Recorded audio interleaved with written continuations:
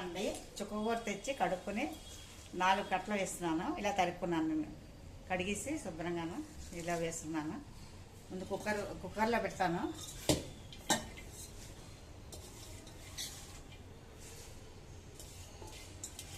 ఇలా మొత్తం వేసి ఒక గ్లాసు నీళ్ళు పోస్తాను. కొంచెం పసుపు ఉప్పు వేస్తాను.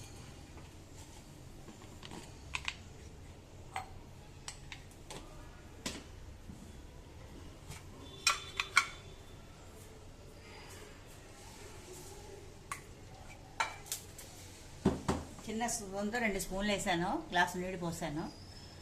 చుక్కకూర అండి. ఇది తెచ్చి కడుక్కొని తరిగేసి శుభ్రంగా పెట్టుకున్నాను ఆరబెట్టి. ఇది ఇలా పొయ్యి పెట్టాను.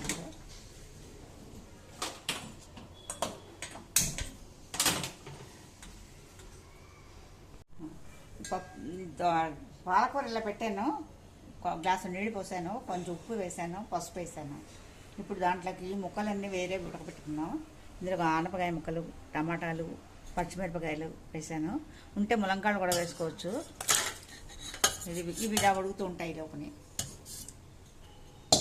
ఇందులో కూడా కొంచెం పసుపు ఉప్పు వేస్తాను. అందులో కొంచెం కొంచెం వేసాను. ఒక దాంట్లో అయితే ఎక్కువైపోతుంది. మళ్ళీ ఇందులో కూడా కొంచెం ఉప్పు వేస్తాను. ముక్కలు పట్టాలి కదండి.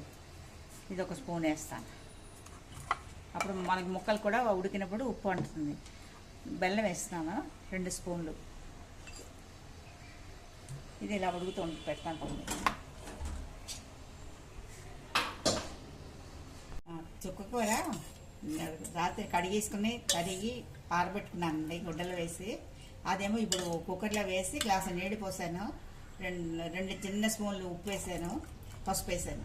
ఇది మూత పెట్టి 3 విజిల్స్ వచ్చాక కట్టించుకున్నాను. ఇది ఇలా వచ్చిందండి. ఇది ఇలా ఉంచి ఇక్కడ మన పులుసులోకి ఆనపకాయ ముక్కలు, టమాటా పళ్ళు, బెండకాయ ముక్కలు ఇవన్నీ వేసాను. మునక్కాయలు కూడా వేసుకోవచ్చు.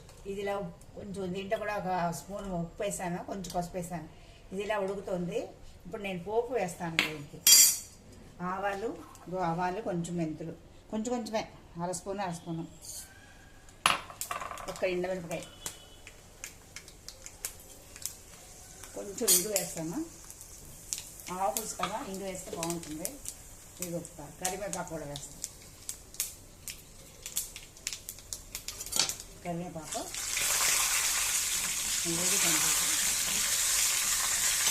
మెంతులు, ఆవాలు, ఒక ఎండుమిరపకాయ, కరివేపాకు.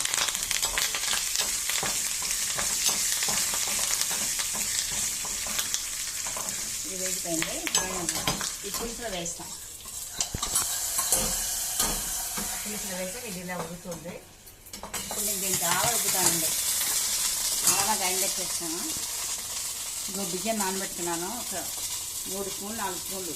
అంటే పులుసుని బట్టే ఇవి వేసుకోవాలండి. కొంచెం ఎక్కువ అయితే ఉంటుంది, వదిలేసుకోవచ్చు కదా. నాకు ఎక్కువ అవుతుంది అనిపిస్తుంది, కొంచెం ఉంచేస్తాను అలా. బియ్యం నీళ్ళగా వేసాను. ఇక పెద్ద స్పూన్తో 2 స్పూను నువ్వుల పప్పు, 1 స్పూన్ పెద్ద స్పూను ఆవాలు, మిరపకాయలేమో ఒక 6 వేసాను. కొంచెం కొబ్బరి ముక్కలు వేసి మెత్తగా మిక్సీ పట్టేస్తాను.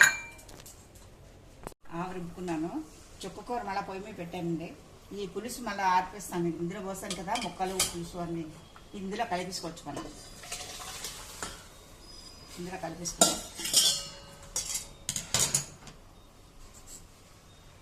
ఇప్పుడు నేను బియ్యం నానబెట్టి కొంచెం బియ్యం వేసాను. ఒక గరిటె బియ్యం వేసాను. కొంచెం 2 చెంచా పెద్ద చెంచాతో ఆవాలు, ఒక 8 మిరపకాయలు, చిన్న ఇంగువ, నువ్వుల పప్పు పెద్ద స్పూన్తో 5-6 కొబ్బరి ముక్కలు వేసి మెత్తగా రుబ్బాను. మెత్తగా రుబ్బి ఎక్కువ అవుతుందంటే వేరే వదిలేసుకోవచ్చు. మన పులుసుని బట్టే కొంచెం వాటర్ వేసి కలిపాను. ముందు రుబ్బుకునేటప్పుడు ముద్దలా రుబ్బాను. ఇప్పుడు ఇలా కొంచెం వాటర్ వేసి పలసలు చేశాను. లేదంటే దీంట్లో ఉండలు కడతాయి. అందుకని ఇలా వేసి కలుపుకున్నాను.